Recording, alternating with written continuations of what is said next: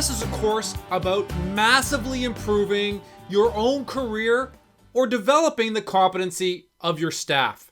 It's a course on identifying the relevant job competencies and determining one's own strengths and weaknesses. It's a course about setting a path to improve performance. My name is Blair Cook. In recent years, I've used competency assessment extensively, both in the context of an academic tool as well as a practical staff management tool in the real business world. My exposure to competency maps as a tool began in the accounting profession back around 2000, when the Canadian Institute of Chartered Accountants changed its professional qualification program. Prior to that point, professional accountants were awarded designations based on a long list of knowledge topics. The profession decided to move away from testing knowledge and instead focus on testing candidates based on their competence.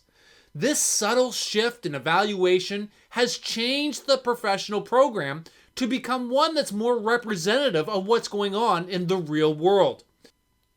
Over the course of a few short years, candidates see a massive improvement in their level of competency, which makes them valued professionals when they finish the program. But this isn't purely an academic tool either. In fact, studies have shown that companies that use a competency map framework enjoy a 63% reduction in employee turnover, a 19% improvement in employee performance, and a 12.5% increase in both sales and profits. However, despite that compelling value proposition, competency assessment is still a relatively unknown performance management tool amongst financial professionals. A recent poll done by Proformative indicated that the majority of respondents have never used competency assessment before. Now, couple this finding with another shocking statistic, this time from a KPMG study. 97% of CEOs say that talent management is the most important factor in improving the finance function. Yet, of these CEOs, only 33% give their CFOs a passing grade in talent management. I think the competency assessment framework is an excellent way for you to demonstrate to your CEOs and your staff that you're serious about this issue. But competency assessment can also be used as a self-awareness tool. You can use competency assessment to benchmark your own strengths and weaknesses against your current job and jobs to which you aspire in your career. Competency assessment helps plot a course by identifying the competencies for development and suggesting ways that you can fill in any gaps. Here's a preview of what we're going to cover in this course. First, I'm going to begin by explaining the difference between a competency approach to professional development versus a knowledge approach. Next, let's talk about a competency map of the modern finance function. We'll look at the technical, enabling, and leadership competencies that must be present in every finance function for it to be successful. In the next lesson, we're going to look at a rating scale, which helps us in both defining the expectation and assessing competency in ourselves and others. Then, we're going to look at how competency assessment should be performed. And finally, we're going to look at the insights that get unlocked after having performed a competency assessment.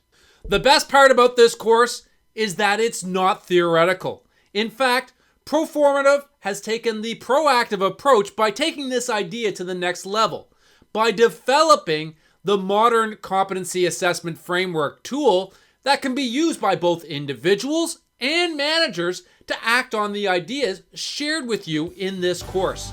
I hope you'll join me by enrolling in this course. See you in there. Thank you for joining me in this course. I promise that after completing the lessons, you will be full of ideas and excited to get started with using competency assessment for yourself and with your team.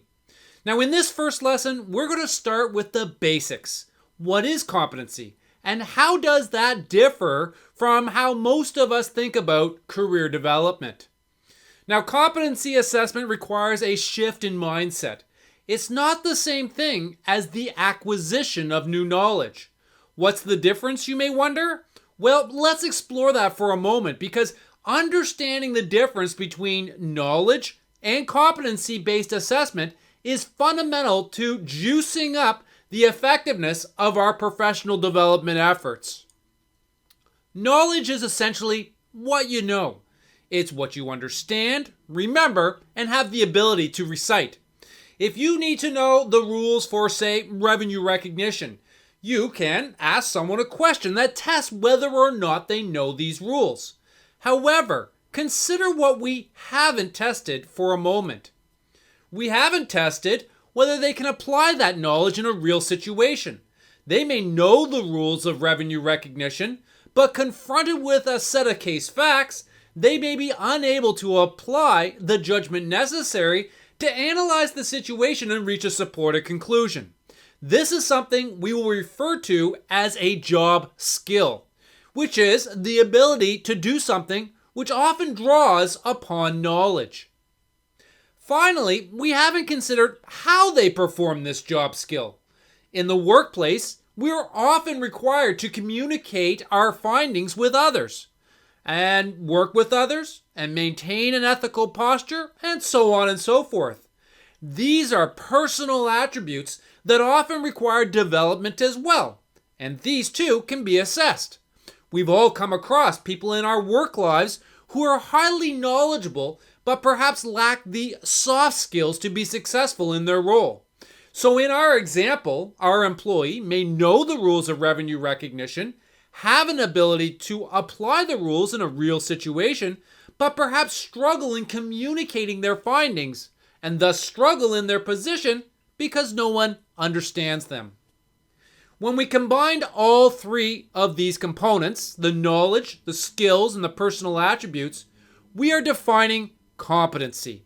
And competency describes one's ability to perform vital aspects of a task or a function with a level of efficiency or excellence that leads to success. Success for both the organization and for the individual. So back to the Canadian accounting profession for a moment. They broadened their perspective. They changed their focus from testing candidates on what they knew and instead began assessing candidates on what they could do. Now, this doesn't diminish the importance of knowledge at all.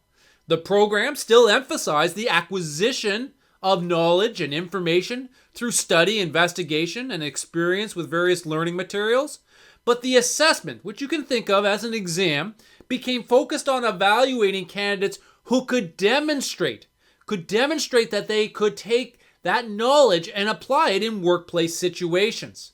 The competency map developed by the profession defined what every professional candidate should embody at the point of qualification.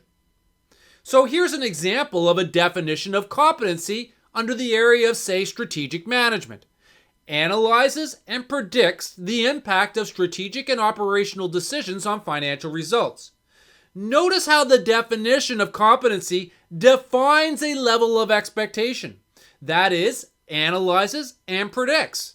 This level of expectation varies, recognizing the point in one's career that a prototypical new professional might find themselves at the point they qualify.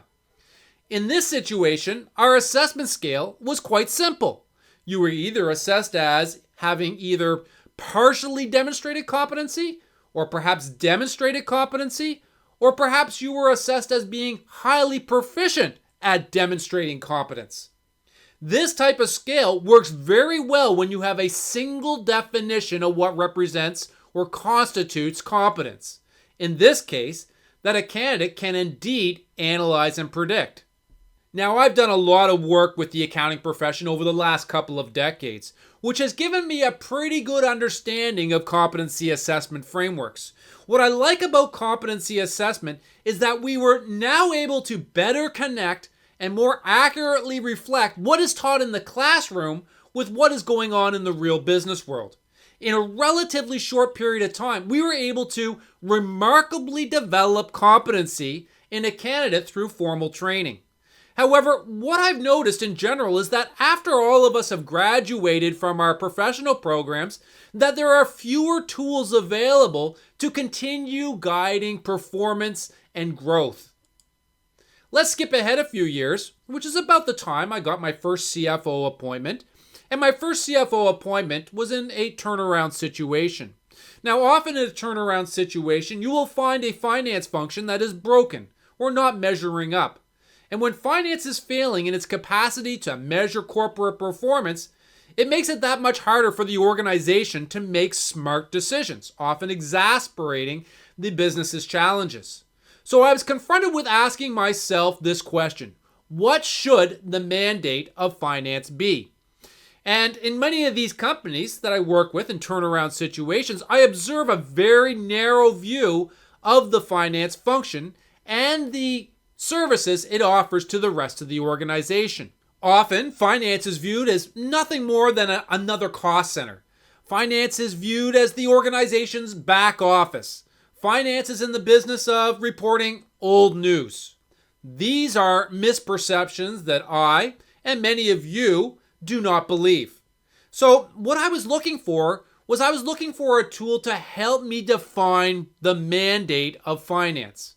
I wanted a tool that could help me evaluate where I had gaps in my team to fulfill that mandate, as well as a tool that could be used to help develop a team to fulfill a higher value mission across the organization. Essentially, I was looking for a tool to help build competency. It struck me that the competency assessment tool that I was using in the academic world might be just the solution. And so that's what I set out to do.